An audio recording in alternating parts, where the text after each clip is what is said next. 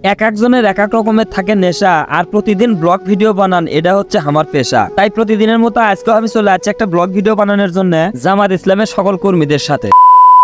Hello guys, আসসালামু আলাইকুম। আশা করি সকলে ভালো আছেন। আপনাদের দয় আমিও ভালো আছি। আপনাদের সাথে আছি আমি রকিউল্লাহ খান। আর আজকে আমি কিন্তু চলে যাচ্ছি বাংলাদেশ জামাত ইসলামের নেতা কর্মীদের সাথে ব্লগ ভিডিও বানানোর জন্য।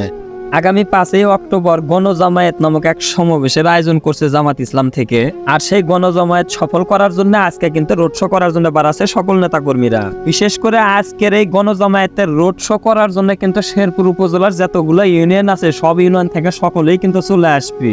আর আমার সাথে যেগুলো দেখা পাচ্ছেন এগুলো কিন্তু গাড়িদহ ইউনিয়নের মোটামুটি আকারের। আমরা কিন্তু শেরপুর উপজেলার সাবেক চেয়ারম্যান আলহাজ মোহাম্মদ দবির উদ্দিন সাহেবের বাসার সামনে চলে আসছি। সকলের যেরকম যাওয়ার মতো একটা গন্তব্য থাকে সেরকম গন্তব্য কিন্তু আমাদের দিকে দেওয়া হয়েছিল যে চেয়ারম্যানের বাড়ি। সেখান থেকে তারা সবাই একত্রিত হয়ে বের করবে মিছিল, আর সেই মিছিল যাবে শহীদিয়া আলিয়া মাদ্রাসায়।